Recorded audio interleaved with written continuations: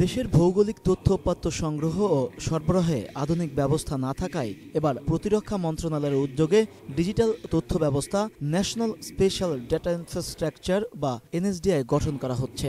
এর ফলে তথ্য উপাত্তের সাহায্যে সঠিক পরিকল্পনা গ্রহণ করা সম্ভব হবে। এ লক্ষ্যে হোটেল সোনারগাঁয়ে একটি আন্তর্জাতিক সেমিনারে যোগ দেন প্রধানমন্ত্রী শেখ হাসিনা। অনুষ্ঠানে প্রধানমন্ত্রী বলেন, ভূরাজনৈতিকভাবে প্রাচ্য ও পাশ্চাত্যের মধ্যে সম্পর্ক উন্নয়নে গুরুত্বপূর্ণ জায়গায় অবস্থান করছে বাংলাদেশ।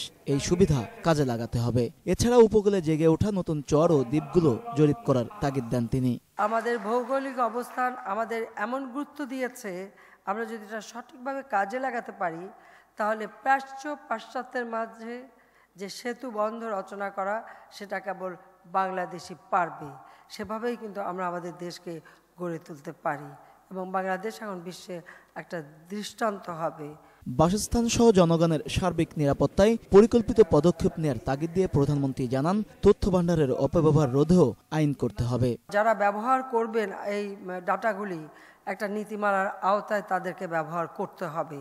আর আইন আমাকে করতে হবে এই কারণে যে আমার বাংলাদেশ সম্পর্কে সমস্ত ডাটাটা সেখানে থাকবে।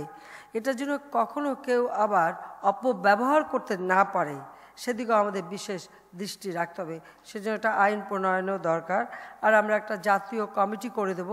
এই কমিটি আপাতত সব দেখবে এবং এই আইন প্রণয়ন থেকে শুরু করে যা যা করার তারা গাইডলাইন দেবে।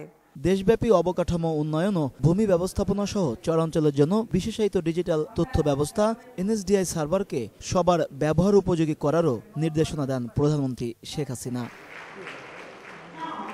পরে মিরপুরের দামালপুরে স্থাপিত বাংলাদেশ জরিপ অধিদপ্তরের ডিজিটাল ম্যাপিং সেন্টারের উদ্বোধন করেন তিনি। মামুন রশিদ, 21 টেলিভিশন, ঢাকা।